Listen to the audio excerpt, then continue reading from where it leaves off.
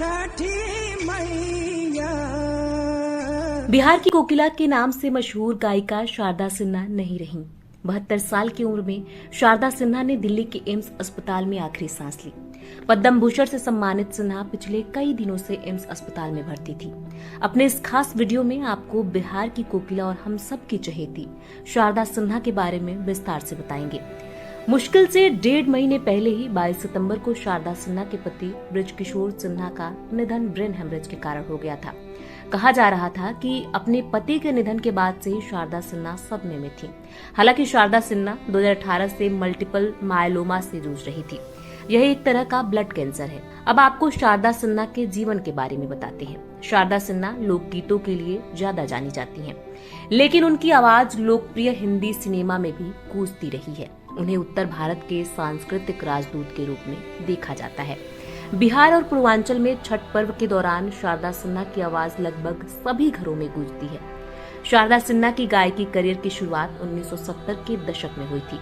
सिन्हा ने भोजपुरी, मैथिली और हिंदी में कई लोकप्रिय गीत गाए हैं। उनकी गायकी में बिहार से पलायन और महिलाओं के संघर्ष को काफी जगह मिली है। फिल्म हम आपके हैं कौन में बाबुल गाने को शारदा सिन्हा ने ही गाया था। ये गाना आज भी बेटियों की शादी के बाद विदाई के दौरान नियम की तरह बजाया जाता है। 2018 में शारदा सिन्हा को भारत के तीसरे सर्वोच्च नागरिक सम्मान पद्म भूषण से सम्मानित किया गया था। शारदा सिन्हा के गाए गीत कई मौके पर अनुष्ठानों में नियम की तरह शामिल होते हैं। वो चाहे जन्म का उत्सव हो या फिर मृत्यु का शोक, चाहे त्योहार हो या मौसम का करवट लेना।